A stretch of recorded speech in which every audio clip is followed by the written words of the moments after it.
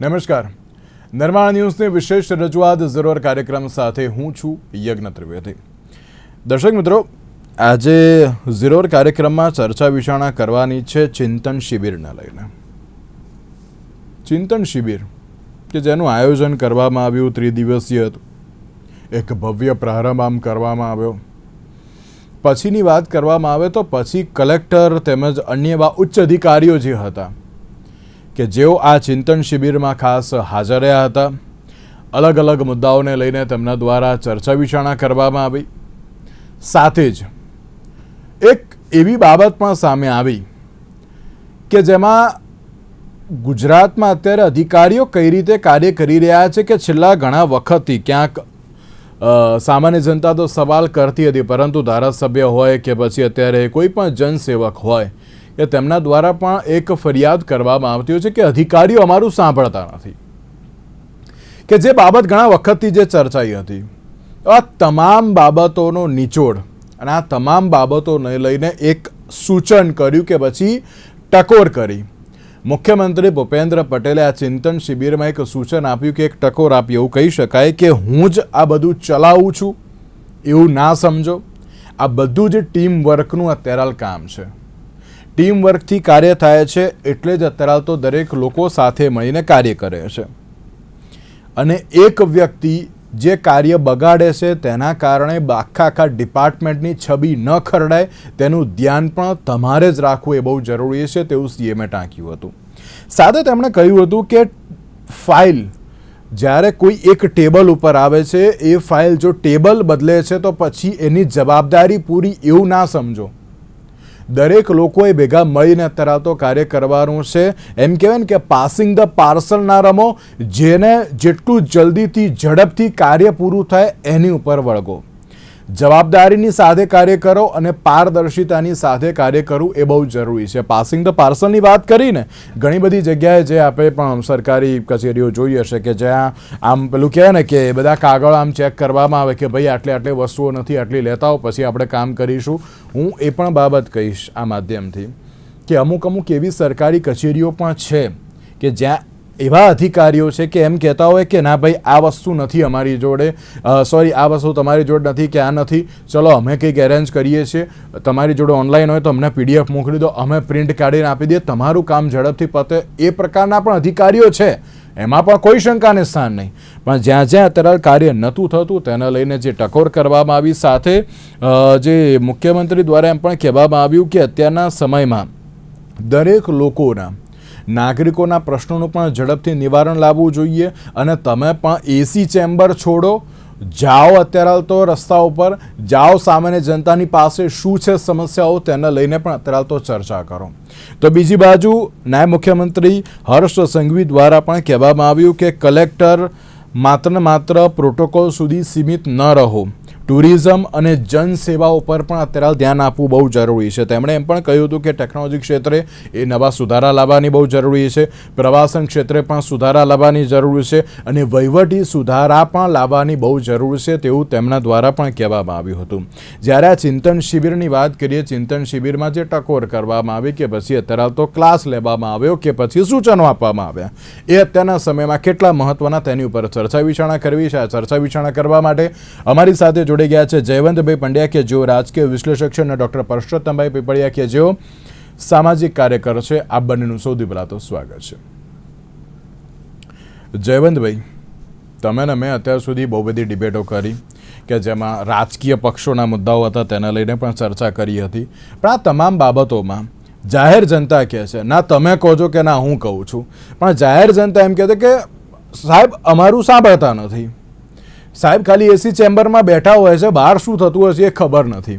અને જ્યારે આ ચિંતન શિબિર થઈ જયવંતભાઈ, અને દર વખતે આ એક ચિંતન શિબિર નથી થઈ, તમે જોયું હશે આની પહેલાં પણ ઘણી બધી શિબિરો થઈ હતી કે જ્યાં સીએમ દ્વારા આ રીતે ટકોર કરવામાં આવી હતી કે ભાઈ તમે એસીમાં ના બેસી રહો, એસી ચેમ્બરમાં બેસવા માટે તમે નથી આવ્યા, જાહેર જનતાના કાર્ય કરવા માટે આવ્યા છો. અને દર 15 દિવસે જ્યારે સીએમ દ્વારા આ પ્રમાણેની જે ટકોર કરવામાં આવે, દર મહિને કરવામાં આવે કે 15 દિવસે કરવામાં આવે, એ અત્યારના સમયમાં કેટલી યોગ્ય, ક્યાંક વહીવટી માળખાને લઈને અત્યારે સવાલ થતો હોય તેવું ચોક્કસથી કહી શકાય ખરી આમાં? અધિકારી રાજ છે ને બહુ જ નુકસાન કરતા છે.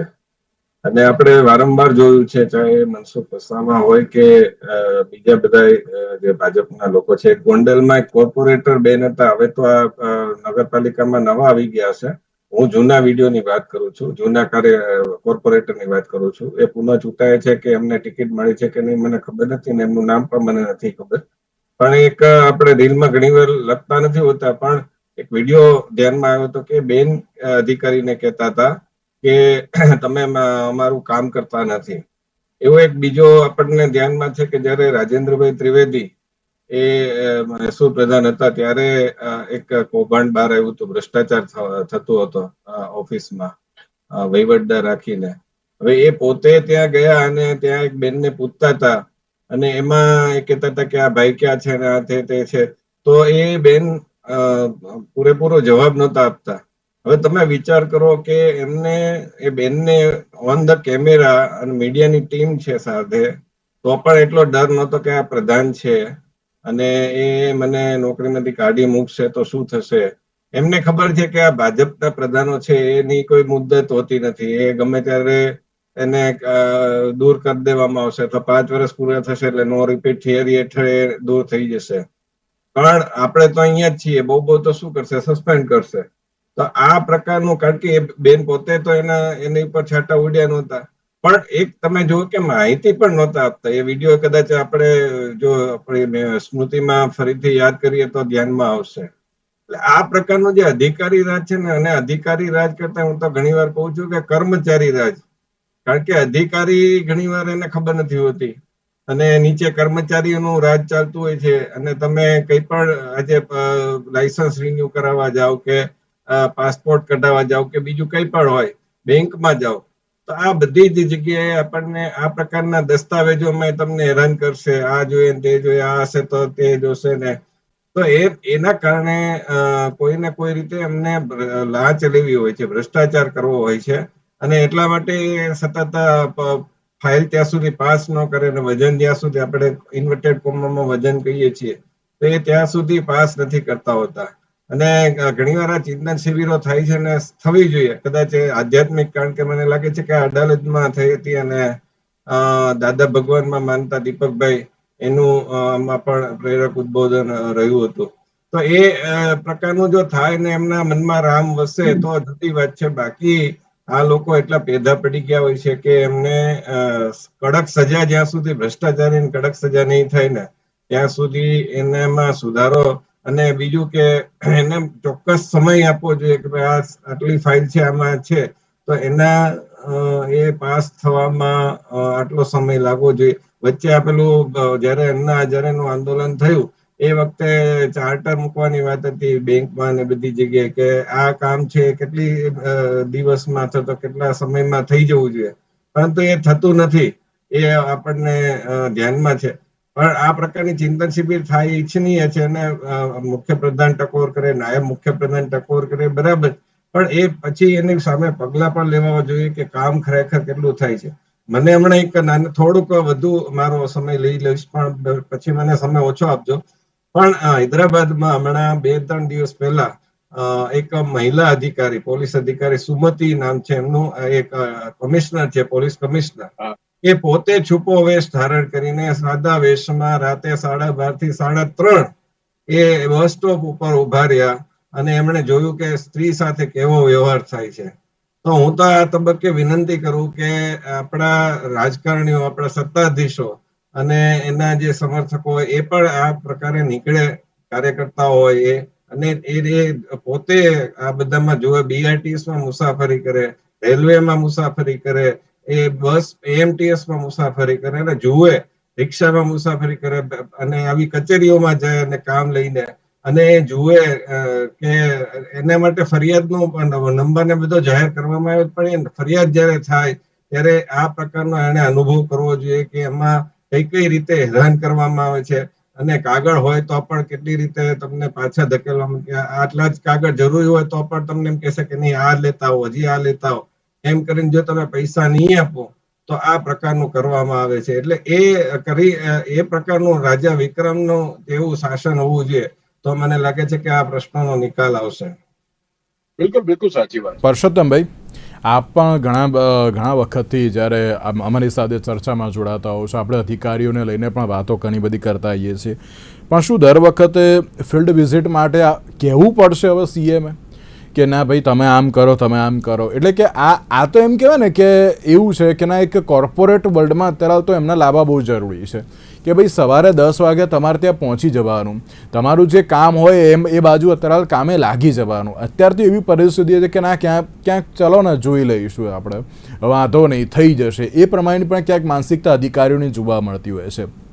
તો જે પ્રમાણે સીએમ અને ડેપ્યુટી સીએમ અત્યારે તો જે ટકોર કરવી પડે છે, ચલો સૂચનો આપવા પડે છે, આપણે જે પણ કહી રાખીએ, એ અત્યારના સમયમાં કેટલા યોગ્ય? યજ્ઞભાઈ, હવે એવું ફીલ થાય છે કે ડેમોક્રેસી છે કે બ્યુરોક્રેસી.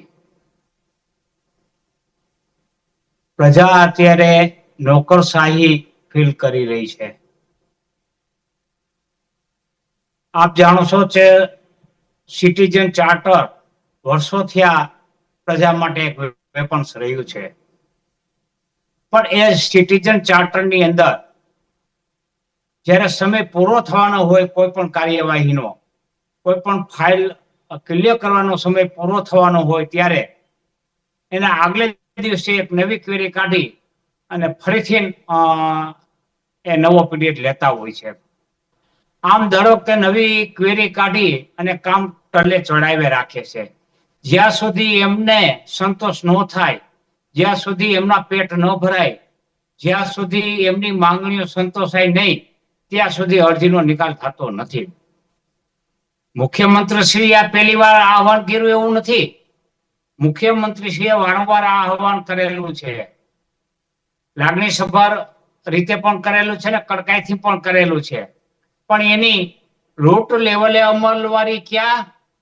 કેટલા અત્યાર સુધીમાં પગલાઓ લીધા જે કામ નથી કરતા એવા કામચોર કર્મચારીઓ પાસેથી, કામચોર અધિકારીઓ પાસેથી અને કામચોર ઉપલા સનદી અધિકારીઓ પાસેથી કોઈ પગલા લેવામાં આવ્યા નથી. એમની વિરુદ્ધ કોઈને ડિસમિસ કરવામાં આવ્યો હોય તો એક દાખલો બતાવો.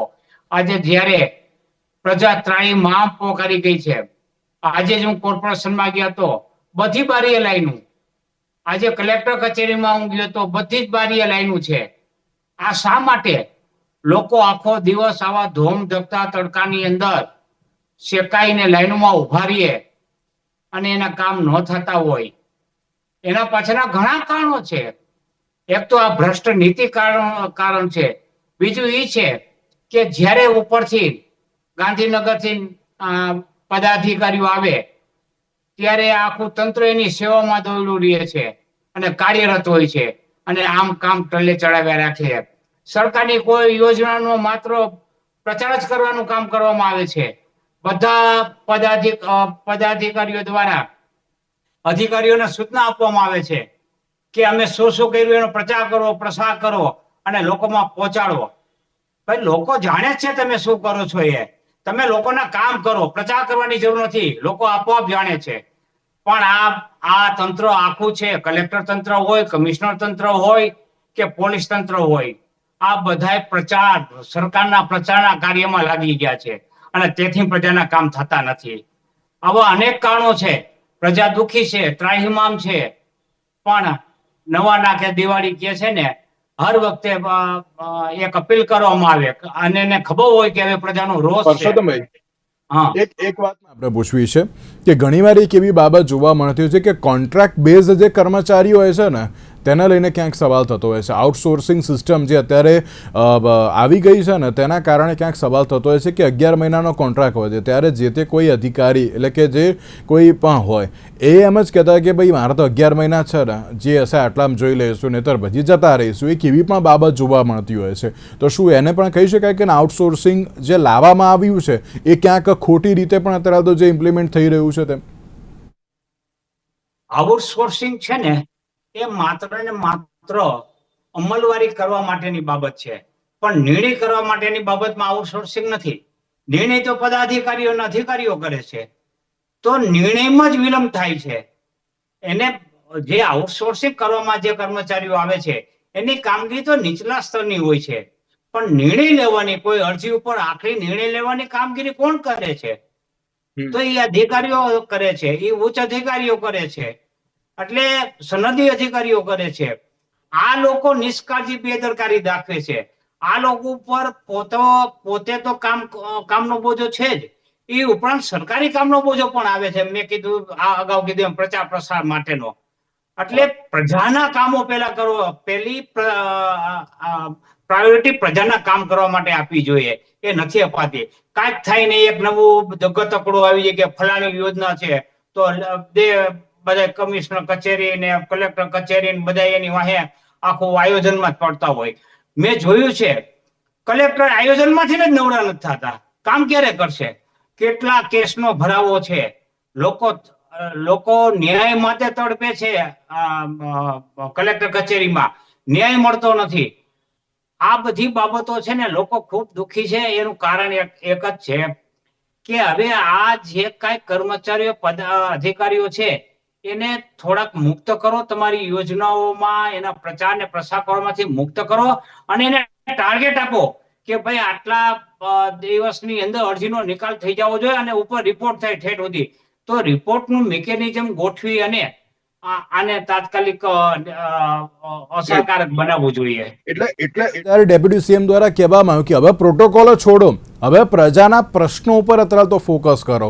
અને જો પ્રજાના પ્રશ્નો પર જો ફોકસ કરવામાં આવે ને તો પછી અન્ય કોઈ પણ બાબતમાં વાંધો ન આવે. જયવંતભાઈ, જે રીતે તમે કહ્યું ને પેલો હૈદરાબાદ વાળો જે પેલો કિસ્સો કે ના, જેમાં પોલીસ અધિકારી અત્યારે તો બહાર આવ્યા હતા, તે જ અનુસાર આપે જાણો છો કે અમદાવાદ મ્યુનિસિપલ કોર્પોરેશનના જે કમિશનર છે બંછાનિધિ પાની, તેમના દ્વારા પણ એમ કહેવામાં આવ્યું રોડ રસ્તાની જે પરિસ્થિતિ થઈ હતી તે અનુસાર કે ભાઈ તમે અત્યારે તો એસી ચેમ્બરમાં કેમ બેસી રહો છો? તમે પણ બહાર જાઓ, તમે કેમ અત્યારે તો કામ નથી કરતા? એટલે કે જ્યારે અધિકારીઓ, એટલે કે જે ઉચ્ચ અધિકારીઓ પણ હોય છે, તેમના દ્વારા પણ અમુક વાર જે કહેવામાં આવતું હોય છે, પરંતુ આવા અમુક જ હોય છે અધિકારીઓ કે ના જે અત્યારે રિયલ સેન્સમાં જે પણ કોઈ પ્રજાના પ્રશ્નોની ઉપર વાત કરવાની તે અત્યારે કરે છે, અન્ય કોઈ કરતા નથી. તો લાગે છે કે ના, હવે એમણે ક્યાંક એસી ચેમ્બરો છોડીને જે ફિલ્ડ ઉપર અત્યારે તો કયા પ્રકારની પરિસ્થિતિ, જો રોડ બનાવવાની બાબત હોય કે પછી અન્ય કોઈ પણ બાબત હોય, તેની ઉપર વધારે પડતું હવે ધ્યાન આપવું જોઈએ. તેમ 100% ની વચ્ચે આપવું જ જોઈએ. અને આપણે છે કહીએ છીએ કે એ લોકો આપણા સેવકો છે, એ લોકો આપણા પગારથી કામ કરે છે, અને આપણે એમને પગાર ચૂકવીએ ત્યારે, આપણે કર ચૂકવીએ ત્યારે એમનો પગાર થાય છે. પરંતુ આ વાત છે ને, જયારે નોકરીમાં આવે છે, શરૂઆત હોય ત્યારે ઘણા અમુક ઉત્સાહી પણ હોય છે, પરંતુ એમને સિસ્ટમમાં આવ્યા પછી ખબર પડે છે કે આપણે જો આ સિસ્ટમમાં નહીં રહીએ, એ પ્રમાણે નહીં ચાલીએ, તો આપણે પણ ફેંકાઈ જશું અને કાં તો બહિષ્કૃત થઈ જશું, અસ્પૃશ્યના શિકાર બનશું. એક પ્રકારની અલગ પ્રકારની અસ્પૃશ્યતા એ લોકો ગ્રુપ કરીને એ લોકો ન બોલાવે અથવા કોઈ રીતે ફસાઈ દે. આપણે બહુ વર્ષો પહેલા, એટલે 1990 આસપાસ રાકેશ રોશનની ફિલ્મ અનિલ કપૂર ને જેકી શ્રોફ વાળી કાલા બજાર આવી હતી. એમાં અનિલ કપૂરના પિતાજી સુજીત કુમારને કાદર ખાન ફસાવી દે છે ભ્રષ્ટાચારના કેસમાં. એ એકદમ પ્રમાણિક હોય છે અને પછી એ સુજીત કુમાર આપઘાત કરી લે છે. આવું પણ થતું હોય છે. એટલે પ્રમાણિકને પ્રમાણિક રાખવા માટે પણ પ્રયત્ન જરૂરી છે કે એ પ્રકારનું વાતાવરણ, કાર્યશૈલી, કાર્ય સંસ્કૃતિ ત્યાં વિકસે કે જેથી પ્રમાણિક વ્યક્તિ પોતાનું કામ છે કરી શકે અને ભ્રષ્ટાચારીઓ એને પોતાની નાતમાં ભેળવી ન દે. આ પ્રકારનું પણ કરવાની ખૂબ જ આવશ્યકતા છે યજ્ઞભાઈ. બીજું કે આ શિબિર અધિકારીઓ માટે કરી, હું તો કહું છું કે કર્મચારીઓ માટે કરો. એમટીએસ ના ડ્રાઈવર, બીઆરટીએસ ના ડ્રાઈવર અને એવા ઘણા બધા લોકો છે, સફાઈ કર્મચારી છે, આ બધા માટે કરો. ઘણી જગ્યાએ આપણે એવું જોઈએ કે ગાડી આવતી નથી. આવા નાના નાના પ્રશ્નો છે ને યજ્ઞભાઈ, એ આપણે કદાચ એને ઓળખીએ છીએ, પણ એ લોકો જે જનતાને સહન કરવું પડે છે ને, એને ખૂબ મોટા પ્રશ્નો લાગતા હોય છે. એની જે સ્થિતિ છે કફોડી થઈ જતી હોય છે અને એ ક્યાં રજૂઆત કરવા જાય. કારણ કે આપણે મીડિયામાં પણ, હું તો મીડિયાને પણ વિનંતી કરું છું આપના માધ્યમ થકીને, આપનું મીડિયા આ પ્રશ્ન ઉઠાવી રહ્યું છે ત્યારે ખૂબ અભિનંદનને પાત્ર છે. પરંતુ મીડિયામાં પણ જનરલી મોટા ભાગે મોટો જે ચાહે પ્રિન્ટ મીડિયા હોય, ચાહે ઇલેક્ટ્રોનિક મીડિયા હોય કે ડિજિટલ મીડિયા હોય, પોર્ટલ હોય, એમાં મોટો ભાગ શું રોકતો હોય છે કે શાસક અને વિપક્ષ. પણ જે અધિકારીઓ છે એની તો ખુશામત કરવામાં આવે છે, કોલમો એની આવે છે અને એની ખુશામત કરવામાં. કેમ? કારણ કે જે કામ કરે છે તો અધિકારી કરે છે. તો એની તમે ખુશામત કરો છો, એને તો વખાણ કરો છો કે એને આમ કર્યું તેમ કર્યું, પણ એના ખરેખર તો એ જે છે એ કારણ કે સરકાર બદલાઈ જાય છે.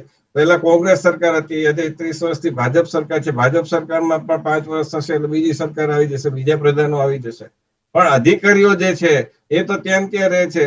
એને એક જગ્યાએથી બીજી જગ્યાએ બહુ તો ઉપાડી મૂકવામાં આવશે, પણ કાર્યશૈલી, કાર્ય સંસ્કૃતિ એ તો એની એ જ રહે છે. માટે આ મીડિયાને પણ મારી વિનંતી છે કે તમે અધિકારીઓ, કર્મચારીઓ, તમે પોતે જાઓ. આજે દાખલા હું એક વાત કરું કે પ્રેરણાથી દેરાસરથી એક વેજલપુર ક્રોસિંગ વસ્તાપુર રેલવે સ્ટેશન તરફ રસ્તો જાય છે. હવે આજે 4-5 વર્ષથી ત્યાં ઓવરબ્રિજ બને છે રેલવેના ફાટક ઉપર. તો આ 4-5 વર્ષથી બને છે, તો એનું કેમ એના ઉપર ફોલોઅપ ન થાય? રોજે રોજ સમાચારનો, રોજે રોજ પ્રશ્નનો પૂછે કે અટક્યું છે ક્યાં ભાઈ? આવા તો ઘણા બધા કામો હશે કે જે આમ ભાજપને બધા દાવો કરે કે ભાઈ અમે જેનું ખાતમુહૂર્ત કરીએ એનું જ અમે લોકાર્પણ કરીએ, તો પછી આ બધી બાબતો આટલો બધો વિલંબ કેમ? તો એના પ્રશ્નો છે એ પણ પૂછવા જોઈએ. એક આપણે કામ લઈશું ને, એની આપણે એક કોલમ બનાવીએ, એક આપણો એક સેગમેન્ટ નક્કી કરીએ. ઇલેક્ટ્રોનિક ચેનલ હોય તો, છાપવું હોય તો એક કોલમ બનાવી કે આ કામ છે, એ હજી પણ 1 વર્ષ પછી પણ આ સ્થિતિ છે. તો મને લાગે છે કે ધારાસભ્ય, અધિકારી, મુખ્યપ્રધાન બધા જ એના માટે જવાબદેહી સ્વીકારતા થશે. બિલકુલ બિલકુલ સાચી વાત છે. પરસોત્તમભાઈ, ફરી એકવાર આ જે કહેવાય ને કે સૂચન આપવામાં આવ્યું છે કે ટકોર કરવામાં આવ્યું છે, લાગે છે કે ના હવે પણ કોઈ યોગ્ય રીતે કામ થશે? કારણ કે આપણે તો ચલો સામાન્ય જનતાની વાત કરીએ, સામાન્ય જનતાના પ્રશ્નો હોય છે. આપે પણ જોયું હશે, જયવંતભાઈએ પણ જોયું છે, વડોદરામાં જે 4 થી 5 જિલ્લા ધારાસભ્ય હતા તેમના કામ નતા થતા, તેમણે મુખ્યમંત્રીને રજૂઆત કરવા માટે પહોંચ્યા હતા કે ભાઈ અધિકારીઓ અમારું પણ સાંભળતા નથી. એટલે લાગે છે કે જ્યારે આ પ્રકારની જે ટકોર કરવામાં આવી છે તેમાં સામાન્ય જનતાના ક્યાંક હવે કાર્યો ફટાફટ હવે પૂર્ણ થશે તેમ, અને તેની સાથે અધિકારીઓ ફિલ્ડ વિઝિટ કરશે તેવું લાગે છે ખરી? યજ્ઞભાઈ, ધારાસભ્યની વાત બિલકુલ સાચી છે. એનું કોઈ સાંભળતું નથી ને એનું ફદિયું આવતું નથી. ધારાસભ્યને કોઈ ગણકારતું નથી. એટલે ધારાસભ્યની વ્યથા ગેરવ્યાજબી નથી, કારણ કે નિર્ણય લેવામાં કેન્દ્રીયકરણ થઈ રહ્યું છે. નિર્ણયનું હંમેશા વિકેન્દ્રીયકરણ થવું જોઈએ. આજે કોઈ પણ કામ કરાવવો હોય તો પેલા તમારે કમલમ પાસે જવું જોઈએ. એ કમલમ જે નિર્ણય કરે એ પછી સરકારની અંદર થાય છે, એવું ખુલ્લે આમ જગજાહેર છે. જે પ્રજાલક્ષી કાયદાઓ હતા, સિટીઝન ચાર્ટર, પછી રાઇટ ટુ ઇન્ફોર્મેશન, હાવ પાંગળો બનાવી દેવામાં આવ્યો. જે પ્રજાના હકને પહોંચતા હતા તેવા કાયદાઓને પાંગળા બનાવી દેવામાં આવ્યા. લોકાયુક્ત છે એ પણ હાવ પાંગળું બનાવી દેવામાં આવ્યું. કોઈ તમે એક પણ ફરિયાદ ગુજરાતમાંથી લોકાયુક્ત સમક્ષ આવી એવો એક દાખલો બતાવો. આ માત્ર ઢીંડક છે. એટલે પ્રજાલક્ષી જે કાયદાઓ છે એને એકદમ વામણા બનાવી દેવામાં આવ્યા છે. પ્રજાના હકને છીનવાઈ રહ્યો છે, પ્રજાના અવાજને દબાવી રહેલ છે. અને પ્રજાને જ્યારે જરૂર હોય, જ્યારે કોઈ ચૂંટણીનો માહોલ હોય ત્યારે મોટી મોટી વાતો કરી, મોટી યોજનાઓ કરી અને કામ કરવામાં આવતા હોય છે, પણ જેવી ચૂંટણી પતે તે પછી પ્રજાનું કોઈ સાંભળતું નથી. એટલે પ્રજા દુઃખી છે, ત્રાહિમામ છે, અને સરકારી જે ત્રાસ છે એનાથી પ્રજાને છુટકારો મળે તો પ્રજા મારી દ્રષ્ટિએ છે એ રાજીપો અનુભવશે. અહીંયા અન્યથા કોઈ ઠેકાણે રાજીપો જોવા મળતો નથી. બિલકુલ. અચ્છા, તો હવે જોવાનું એ રહ્યું કે જે પ્રમાણે આ ચિંતન શિબિર હતી કે પછી અધિકારીઓનો ક્લાસ લેવામાં આવ્યો હતો, હવે અધિકારી યોગ્ય રીતે કામ કરશે કે કેમ તે તો આવનારો સમય જ બતાવશે. પરસોત્તમભાઈ, જયવંતભાઈ, આ બંનેનો આભાર અમારી સાથે ચર્ચા વિચારણામાં જોડાવા માટે. તો દર્શક મિત્રો, આજના વિશેષ કાર્યક્રમ આપશે. નમસ્કાર.